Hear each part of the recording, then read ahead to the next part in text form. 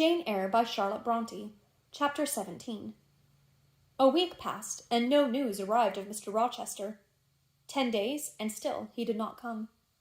Mrs. Fairfax said she should not be surprised if he were to go straight from the Leas to London, and thence to the Continent, and not show his face again at Thornfield for a year to come. He had not unfrequently quitted it in a manner quite as abrupt and unexpected. When I heard this, I was beginning to feel a strange chill and failing at the heart. I was actually permitting myself to experience a sickening sense of disappointment.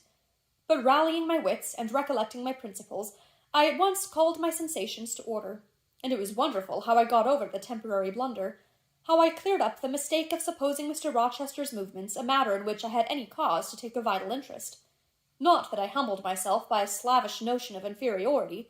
On the contrary, I just said, "You have nothing to do with the master of Thornfield, further than to receive the salary he gives you for teaching his protégé, and to be grateful for such respectful and kind treatment as, if you do your duty, you have a right to expect at his hands. Be sure that is the only tie he seriously acknowledges between you and him, so don't make him the object of your fine feelings, your raptures, agonies, and so forth. He is not of your order.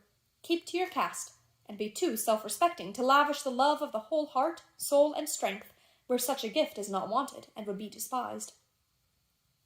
I went on with my day's business tranquilly, but ever and anon vague suggestions kept wandering across my brain of reasons why I should quit Thornfield, and I kept involuntarily framing advertisements and pondering conjectures about new situations. These thoughts I did not think to check. They might germinate and bear fruit if they could. Mr. Rochester had been absent upwards of a fortnight, when the post brought Mrs. Fairfax a letter. "It is from the master," said she, as she looked at the direction. "Now I suppose we shall know whether we are to expect his return or not." And while she broke the seal and perused the document, I went on taking my coffee. We were at breakfast. It was hot, and I attributed to that circumstance a fiery glow which suddenly rose to my face. Why my hand shook, and why involuntarily spilt half the contents of my cup into my saucer, I did not choose to consider. "Well, I sometimes think we are too quiet, but we run a chance of being busy enough now, for a little while at least," said Mrs. Fairfax, still holding the note before her spectacles. Ere I permitted myself to request an explanation, I tied the string of Adele's pinafore, which happened to be loose. Having helped her also to another bun and refilled her mug with milk, I said nonchalantly, "Mr. Rochester is not likely to return soon, I suppose?" "Indeed he is. In 3 days, he says. That will be next Thursday, and not alone either. I don't know how many of the fine people at the Leas are coming with him. He sends directions for all the best bedrooms to be prepared, and the library and drawing-rooms are to be cleaned out. I am to get more kitchen hands from the George Inn at Millcote, and from wherever else I can, and the ladies will bring their maids and the gentlemen their valets, so we shall have a full house of it." And Mrs. Fairfax swallowed her breakfast and hastened away to commence operations. The 3 days were, as she had foretold, busy enough. I had thought all the rooms at Thornfield beautifully clean and well arranged, but it appears I was mistaken. 3 women were got to help, and such scrubbing, such brushing, such washing of paint and beating of carpets, such taking down and putting up of pictures, such polishing of mirrors and lustres, such lighting of fires in bedrooms, such airing of sheets and feather beds on hearths, I never beheld, either before or since. Adele ran quite wild in the midst of it. The preparations for company and the prospect of their arrival seemed to throw her into ecstasies. She would have Sophie to look over all her toilettes, as she called frocks, to furbish up any that were passé, and to air and arrange the new. For herself, she did nothing but caper about in the front chambers, jump on and off the bedsteads, and lie on the mattresses and piled up bolsters and pillows before the enormous fires roaring in the chimneys. From school duties she was exonerated. Mrs. Fairfax had pressed me into her service, and I was all day in the storeroom, helping, or hindering, her and the cook, learning to make custards and cheesecakes and French pastry, to truss game and garnish dessert dishes. The party were expected to arrive on Thursday afternoon, in time for dinner at 6. During the intervening period I had no time to nurse chimeras, and I believe I was as active and gay as anybody, Adele excepted. Still, now and then I received a damping check to my cheerfulness, and was, in spite of myself, thrown back on the region of doubts and portents and dark conjectures. This was when I chanced to see the 3rd story's staircase door, which of late had always been kept locked, open slowly, and give passage to the form of Grace Poole, in prim cap, white apron, and handkerchief. When I watched her glide along the gallery, her quiet tread muffled in a list slipper, when I saw her look into the bustling, topsy-turvy bedrooms, Just say a word, perhaps, to the charwoman about the proper way to polish a grate, or clean a marble mantelpiece, or take stains from papered walls, and then pass on. She would thus descend to the kitchen once a day, eat her dinner, smoke a moderate pipe on the hearth, and go back, carrying her pot of porter with her, for her private solace, in her own gloomy upper haunt. Only 1 hour in the 24 did she pass with her fellow servants below.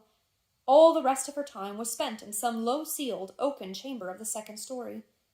There she sat and sewed, and probably laughed drearily to herself, as companionless as a prisoner in his dungeon. The strangest thing of all was that not a soul in the house except me noticed her habits, or seemed to marvel at them. No one discussed her position or employment. No one pitied her solitude or isolation. I once, indeed, overheard part of a dialogue between Leah and one of the charwomen, of which Grace formed the subject. Leah had been saying something I had not caught, and the charwoman remarked, "She gets good wages, I guess." "Yes," said Leah, "I wish I had as good. Not that mine are to complain of. There's no stinginess at Thornfield, but they're not 1/5 of the sum Mrs. Poole receives, and she is laying by. She goes every quarter to the bank at Millcote. I should not wonder but she has saved enough to keep her independent if she liked to leave. But I suppose she's got used to the place, and then she's not 40 yet, and strong and able for anything. It is too soon for her to give up business." "She is a good hand, I dare say," said the charwoman. "Ah, she understands what she has to do. Nobody better," rejoined Leah significantly, "and it is not every one could fill her shoes, not for all the money she gets." "That it is not," was the reply.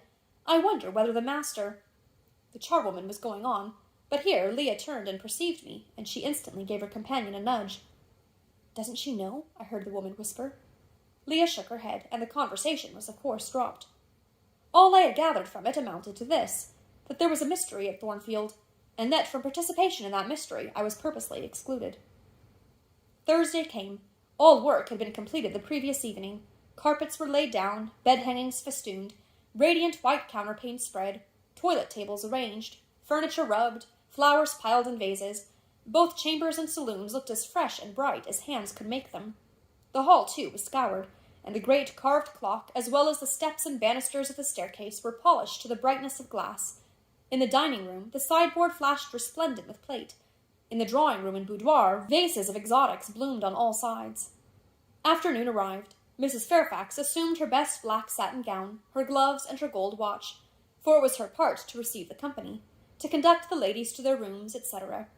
Adele, too, would be dressed, though I thought she had little chance of being introduced to the party that day at least. However, to please her, I allowed Sophie to apparel her in one of her short, full muslin frocks. For myself, I had no need to make any change. I should not be called upon to quit my sanctum of the schoolroom. For a sanctum it was now become to me, a very pleasant refuge in time of trouble. It had been a mild, serene spring day, one of those days which, towards the end of March or the beginning of April, rise shining over the earth as heralds of summer. It was drawing to an end now, but the evening was even warm, and I sat at work in the schoolroom with the window open. "It gets late," said Mrs. Fairfax, entering in rustling state. "I am glad I ordered dinner an hour after the time Mr. Rochester mentioned, for it is past 6 now. I've sent John down to the gates to see if there is anything on the road. One can see a long way from thence in the direction of Millcote." She went to the window. "Here he is," said she. "Well, John," leaning out, "any news?" "They're coming, ma'am," was the answer. "They'll be here in 10 minutes. Adele flew to the window. I followed, taking care to stand on one side, so that, screened by the curtain, I could see without being seen. The 10 minutes John had given seemed very long, but at last wheels were heard. 4 equestrians galloped up the drive, and after them came 2 open carriages. Fluttering veils and waving plumes filled the vehicles. 2 of the cavaliers were young, dashing-looking gentlemen. The third was Mr. Rochester, on his black horse, Mesrour, Pilot bounding before him. At his side rode a lady, and he and she were the first of the party. Her purple riding habit almost swept the ground.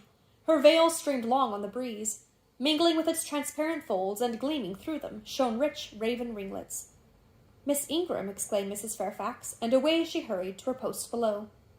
The cavalcade, following the sweep of the drive, quickly turned the angle of the house, and I lost sight of it. Adele now petitioned to go down, but I took her on my knee and gave her to understand that she must not on any account think of venturing inside of the ladies, either now or at any other time, unless expressly sent for, that Mr. Rochester would be very angry, etc.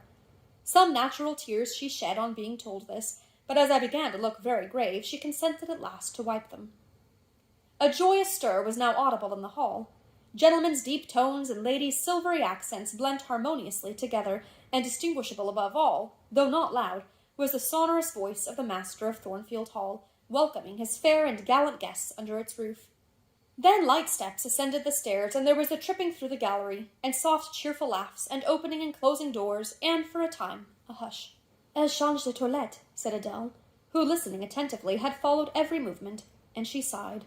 Chez maman, said she, quand elle y avait du monde, je la suivais partout, au salon et dans la chambre. Souvent j'ai regardé la femme des chambres coiffée et habillée la dame, et c'était si amusant, comme cela en apprend.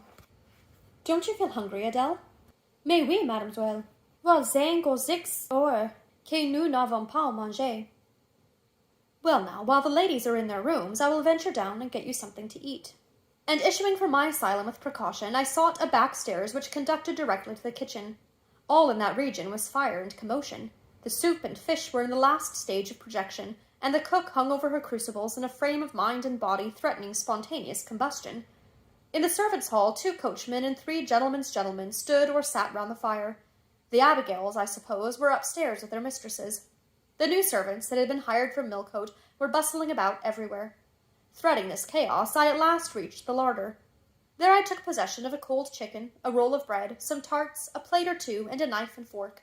With this booty I made a hasty retreat.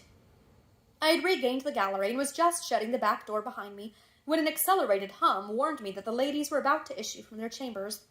I could not proceed to the schoolroom without passing some of their doors and running the risk of being surprised with my cargo of victualage, so I stood still at this end, which, being windowless, was dark.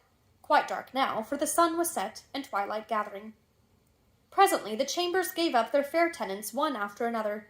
Each came out gaily and airily, with dress that gleamed lustrous through the dusk. For a moment they stood grouped together at the other extremity of the gallery, conversing in a key of sweet, subdued vivacity. They then descended the staircase almost as noiselessly as a bright mist rolls down a hill. Their collective appearance had left on me an impression of high-born elegance, such as I had never before received. I found Adele peeping through the schoolroom door, which she held ajar. "What beautiful ladies!" cried she in English. "Oh, I wish I might go to them. Do you think Mr. Rochester will send for us by and by, after dinner?" "No, indeed I don't. Mr. Rochester has something else to think about. Never mind the ladies tonight. Perhaps you will see them tomorrow. Here is your dinner." She was really hungry, so the chicken and tart served to divert her attention for a time. It was well I secured this forage, or both she, I, and Sophie, to whom I conveyed a share of our repast, would have run a chance of getting no dinner at all. Everyone downstairs was too much engaged to think of us. The dessert was not carried out till after 9, and at 10 footmen were still running to and fro with trays and coffee-cups. I allowed Adele to sit up much later than usual, for she declared she could not possibly go to sleep while the doors kept opening and shutting below, and people bustling about. Besides, she added, a message might possibly come from Mr. Rochester when she was undressed. Et alors, quel dommage! I told her stories as long as she would listen to them, and then, for a change, I took her out into the gallery.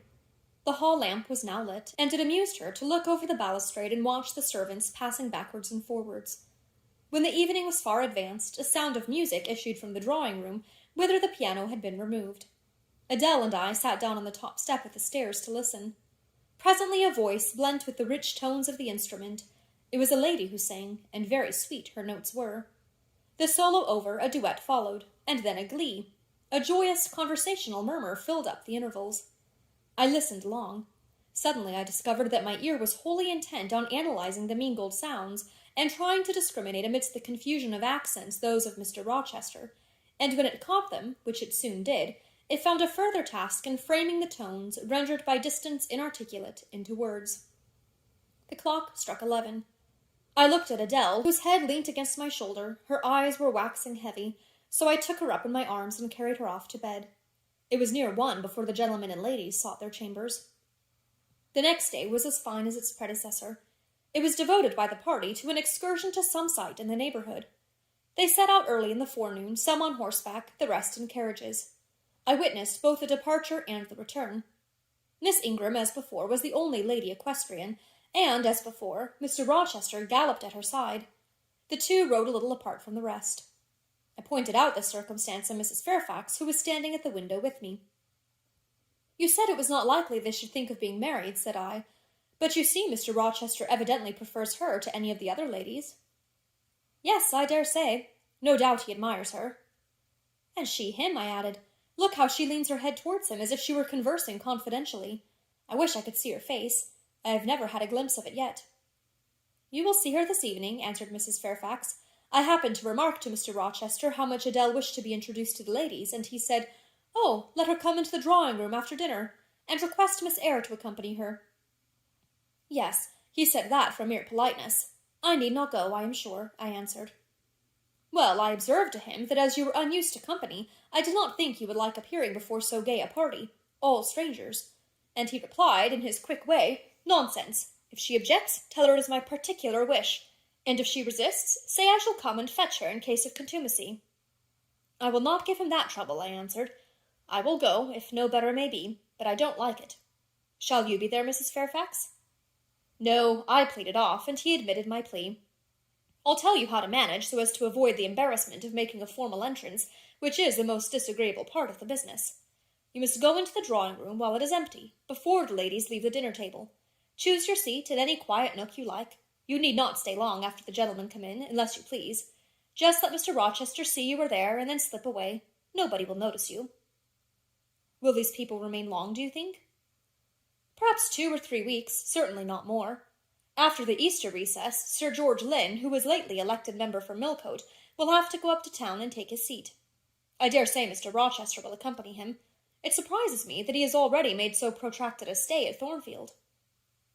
It was with some trepidation that I perceived the hour approach when I was to repair with my charge to the drawing-room. Adele had been in a state of ecstasy all day, after hearing she was to be presented to the ladies in the evening, and it was not till Sophie commenced the operation of dressing her that she sobered down. Then the importance of the process quickly steadied her, and by the time she had her curls arranged in well-smoothed, drooping clusters, her pink satin frock put on, her long sash tied, and her lace mittens adjusted, she looked as grave as any judge. No need to warn her not to disarrange her attire. When she was dressed, she sat demurely down in her little chair, taking care previously to lift up the satin skirt for fear she should crease it, and assured me she would not stir thence till I was ready. This I quickly was. My best dress, the silver grey one, purchased for Miss Temple's wedding and never worn since, was soon put on.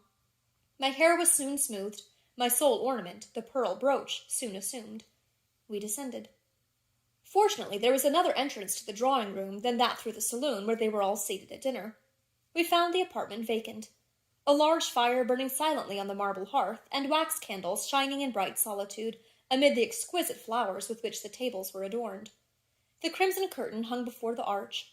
Slight as was the separation this drapery formed from the party in the adjoining saloon, they spoke in so low a key that nothing of their conversation could be distinguished beyond a soothing murmur. Adele, who appeared to be still under the influence of a most solemnizing impression, sat down without a word on the footstool I pointed out to her. I retired to a window seat, and taking a book from a table near, endeavored to read. Adele brought her stool to my feet. Ere long she touched my knee. "What is it, Adele?" "Est-ce que je ne puis prendre une seule de ces fleurs magnifiques, mademoiselle?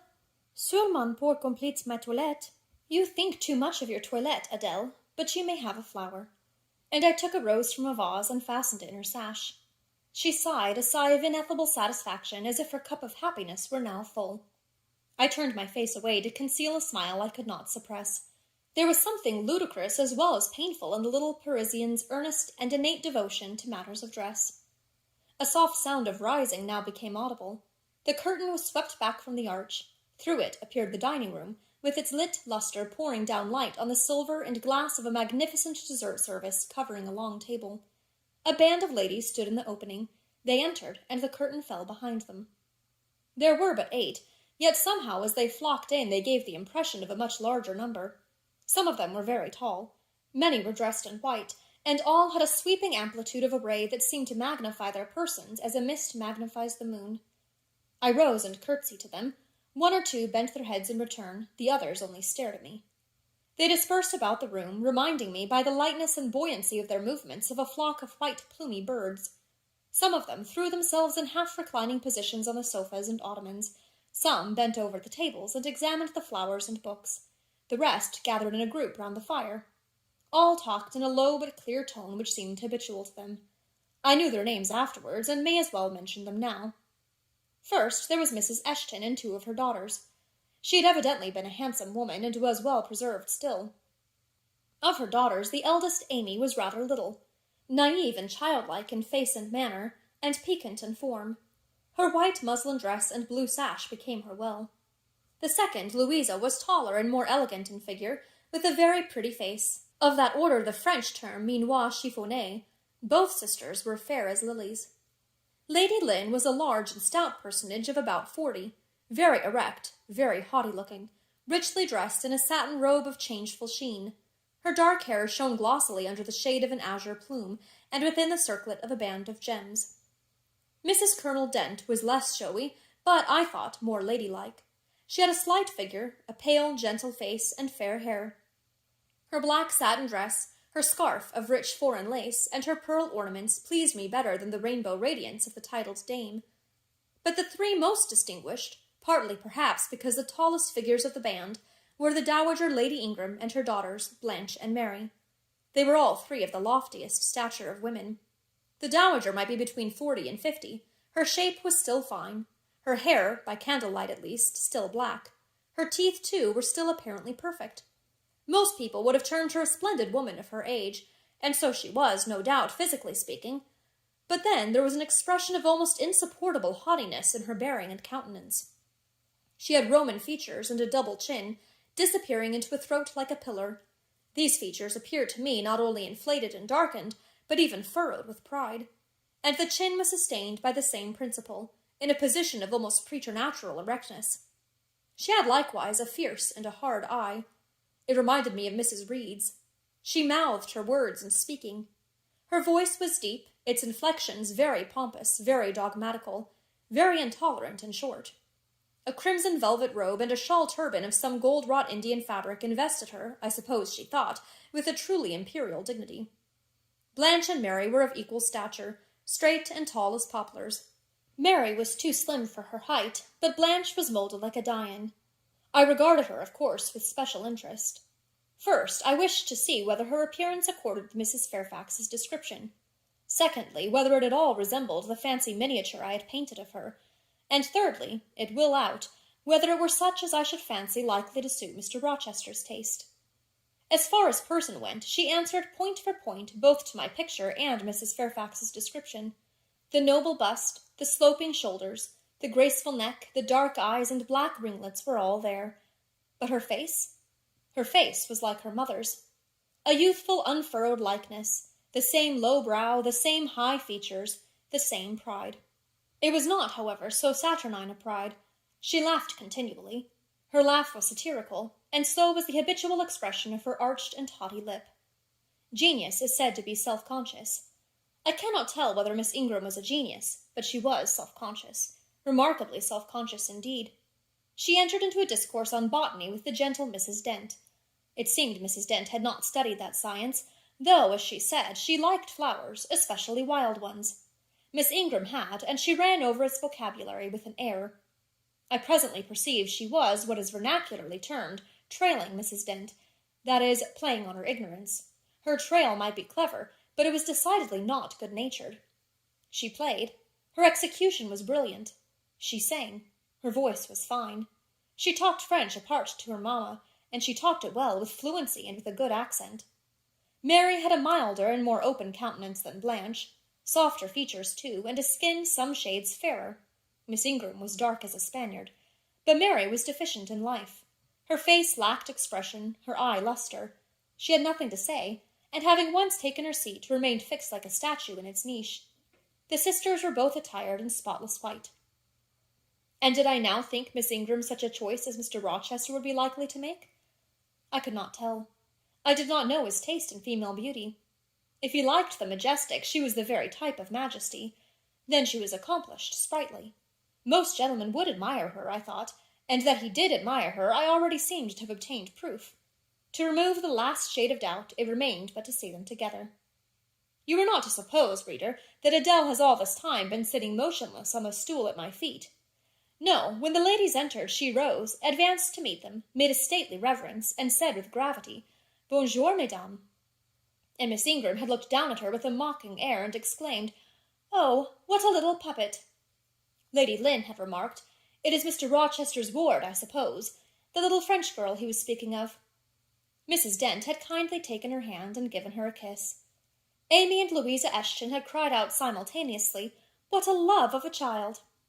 And then they had called her to a sofa, where she now sat, ensconced between them, chattering alternately in French and broken English, absorbing not only the young lady's attention, but that of Mrs. Eshton and Lady Lynn, and getting spoiled to her heart's content. At last coffee is brought in, and the gentlemen are summoned. I sit in the shade, if any shade there be in this brilliantly lit apartment. The window curtain half hides me. Again the arch yawns. They come. The collective appearance of the gentlemen, like that of the ladies, is very imposing. They are all costumed in black. Most of them are tall, some young. Henry and Frederick Lynn are very dashing sparks indeed, and Colonel Dent is a fine soldierly man. Mr. Eshton, the magistrate of the district, is gentlemanlike. His hair is quite white, his eyebrows and whiskers still dark, which gives him something of the appearance of a père noble de théâtre. Lord Ingram, like his sisters, is very tall. Like them also, he is handsome, but he shares Mary's apathetic and listless look. He seems to have more length of limb than vivacity of blood or vigor of brain. And where is Mr. Rochester? He comes in last. I am not looking at the arch, yet I see him enter. I try to concentrate my attention on those netting needles, on the meshes of the purse I am forming. I wish to think only of the work I have in my hands, to see only the silver beads and silver threads that lie in my lap, whereas I distinctly behold his figure, and I inevitably recall the moment when I last saw it, just after I had rendered him what he deemed an essential service, and he, holding my hand and looking down on my face, surveyed me with eyes that revealed a heart full and eager to overflow, in whose emotions I had a part. How near had I approached him at that moment? What had occurred since, calculated to change his and my relative positions? Yet now how distant, how far estranged we were. So far estranged that I did not expect him to come and speak to me. I did not wonder when, without looking at me, he took a seat at the other side of the room and began conversing with some of the ladies. No sooner did I see that his attention was riveted on them, and that I might gaze without being observed, than my eyes were drawn involuntarily to his face. I could not keep their lids under control. They would rise, and the irids would fix on him. I looked, and had an acute pleasure in looking. A precious yet poignant pleasure. Pure gold with a steely point of agony. A pleasure like what the thirst-perishing man might feel who knows the well to which he has crept is poisoned, yet stoops and drinks divine draughts nevertheless. Most true is it that beauty is in the eye of the gazer. My master's colourless olive face, square massive brow, broad and jetty eyebrows, deep eyes, strong features, firm grim mouth, all energy, decision, will, were not beautiful according to rule, but they were more than beautiful to me. They were full of an interest, an influence that quite mastered me, that took my feelings from my own power and fettered them in his. I had not intended to love him. The reader knows I had wrought hard to extirpate from my soul the germs of love there detected, and now, at the first renewed view of him, they spontaneously arrived, green and strong. He made me love him, without looking at me. I compared him with his guests. What was the gallant grace of the Lynns, the languid elegance of Lord Ingram, even the military distinction of Colonel Dent, contrasted with his look of native pith and genuine power? I had no sympathy in their appearance, their expression. Yet I could imagine that most observers would call them attractive, handsome, imposing, while they would pronounce Mr. Rochester at once harsh-featured and melancholy-looking. I saw them smile, laugh. It was nothing. The light of the candles had as much soul in it as their smile, the tinkle of the bell as much significance as their laugh. I saw Mr. Rochester smile. His stern features softened, his eye grew both brilliant and gentle, its ray both searching and sweet. He was talking at the moment to Louisa and Mary Eshton. I wondered to see them receive with calm that look which seemed to me so penetrating. I expected their eyes to fall, their colour to rise under it. Yet I was glad when I found they were in no sense moved. He is not to them what he is to me, I thought. He is not of their kind. I believe he is of mine. I am sure he is. I feel akin to him. I understand the language of his countenance and movements. Though rank and wealth sever us widely, I have something in my brain and heart, in my blood and nerves, that assimilates me mentally to him. Did I say a few days since that I had nothing to do with him but to receive my salary at his hands? Did I forbid myself to think of him in any other light than as a paymaster? Blasphemy against nature! Every good, true, vigorous feeling I have gathers impulsively round him. I know I must conceal my sentiments. I must smother hope. I must remember that he cannot care much for me. For when I say that I am of his kind, I do not mean that I have his force to influence and his spell to attract. I mean only that I have certain tastes and feelings in common with him. I must, then, repeat continually that we are forever sundered. And yet, while I breathe and think, I must love him. Coffee is handed. The ladies, since the gentlemen entered, have become lively as larks. Conversation waxes brisk and merry. Colonel Dent and Mr. Eshton argue on politics. Their wives listen. The two proud dowagers, Lady Lynn and Lady Ingram, confabulate together. Sir George, whom, by the by, I have forgotten to describe, a very big and very fresh-looking country gentleman, stands before their sofa, coffee-cup in hand, and occasionally puts in a word. Mr. Frederick Lynn has taken a seat beside Mary Ingram, and is showing her the engravings of a splendid volume.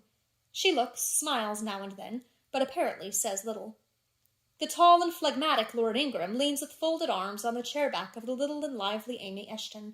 She glances up at him and chatters like a wren. She likes him better than she does Mr. Rochester.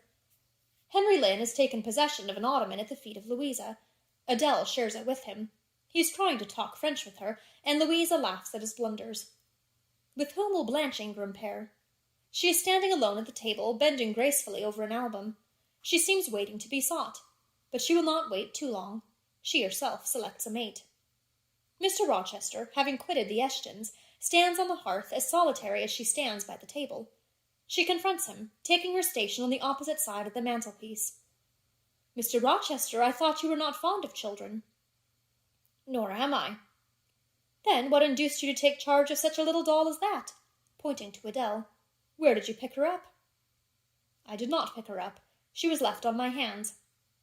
"You should have sent her to school." "I could not afford it. Schools are so dear." "Why, I suppose you have a governess for her.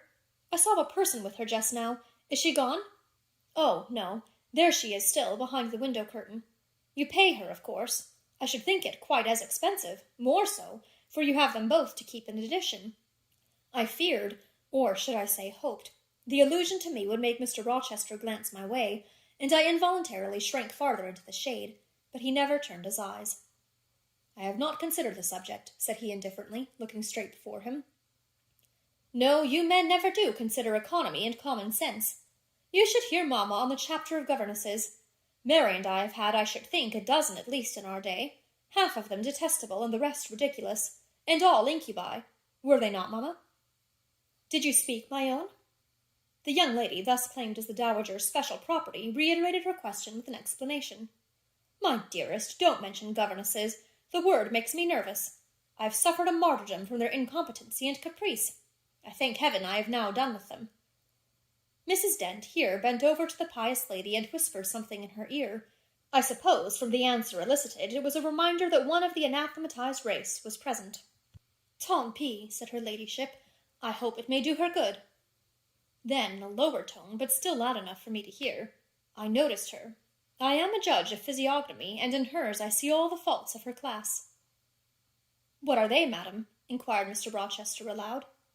"I will tell you in your private ear," replied she, wagging her turban 3 times with portentous significancy. "But my curiosity will be past its appetite. It craves food now." "Ask Blanche. She is nearer you than I." "Oh, don't refer him to me, mamma. I have just one word to say of the whole tribe. They are a nuisance. Not that I ever suffered much from them. I took care to turn the tables. What tricks Theodore and I used to play on our Miss Wilsons and Mrs. Greys and Madame Jouberts. Mary was always too sleepy to join in a plot with spirit. The best fun was with Madame Joubert. Miss Wilson was a poor sickly thing, lachrymose and low-spirited, not worth the trouble of vanquishing, in short. And Mrs. Grey was coarse and insensible. No blow took effect on her. But poor Madame Joubert, I see her yet in her raging passions, when we had driven her to extremities, spilt our tea, crumbled our bread and butter, tossed our books up to the ceiling, and played a charivari with the ruler and desk, the fender and fire-irons. Theodore, do you remember those merry days? Yes, to be sure I do, drawled Lord Ingram, and the poor old stick who used to cry out, "Oh, you villain's childs!" And then we sermonized her on the presumption of attempting to teach such clever blades as we were when she was herself so ignorant. We did, and Tito, you know, I helped you in persecuting, your tutor, whey-faced Mr. Vining, the person in the pip, as we used to call him. He and Miss Wilson took the liberty of falling in love with each other. At least Tito and I thought so. We surprised sundry tender glances and sighs, which we interpreted as tokens of la belle passion, and I promise you the public soon had the benefit of our discovery. We employed it as a sort of lever to hoist our deadweights from the house. Dear mamma, there, as soon as she got an inkling of the business, found out that it was of an immoral tendency. Did you not, my lady mother? Certainly, my best, and I was quite right, depend on that.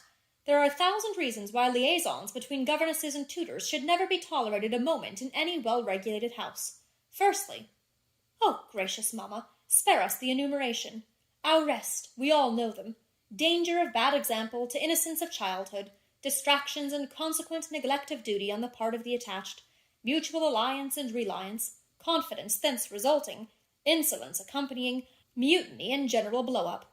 Am I right, Baroness Ingram of Ingram Park? My lily-flower, you are right now, as always.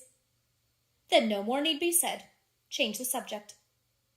Amy Eshton, not hearing or not heeding this dictum, joined in with her soft infantine tone. Louisa and I used to quiz our governess too, but she was such a good creature, she would bear anything. Nothing put her out. She was never cross with us, was she, Louisa? No, never. We might do what we pleased, ransack her desk and her work-box, and turn her drawers inside out, and she was so good-natured, she would give us anything we asked for. I suppose now, said Miss Ingram, curling her lip sarcastically, we shall have an abstract of the memoirs of all the governesses extant. In order to avert such a visitation, I again move the introduction of a new topic. Mr. Rochester, do you second my motion? Madam, I support you on this point, as on every other. Then on me be the onus of bringing it forward. Signor Eduardo, are you in voice tonight? Donna Bianca, if you command it, I will be.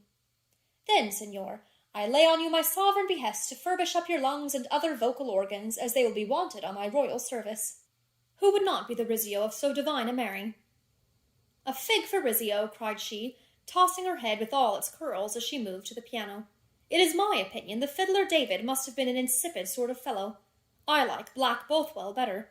To my mind, a man is nothing without a spice of the devil in him, and history may say what it will of James Hepburn, but I have a notion he was just the sort of wild, fierce bandit hero whom I could have consented to gift with my hand. Gentlemen, you hear? Now which of you most resembles Bothwell? Cried Mr. Rochester. I should say the preference lies with you, responded Colonel Dent. On my honour, I am much obliged to you, was the reply. Miss Ingram, who had now seated herself with proud grace at the piano, spreading out her snowy robes and queenly amplitude, commenced a brilliant prelude, talking meantime. She appeared to be on her high horse tonight. Both her words and her air seemed intended to excite not only the admiration, but the amazement of her auditors. She was evidently bent on striking them as something very dashing and daring indeed. Oh, I am so sick of the young men of the present day, exclaimed she, rattling away at the instrument. Poor puny things, not fit to stir a step beyond Papa's park gates, nor to go even so far without Mamma's permission and guardianship.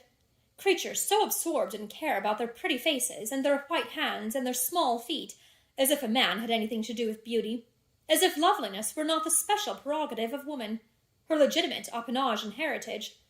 I grant an ugly woman is a blot on the fair face of creation, but as to the gentlemen, let them be solicitous to possess only strength and valor.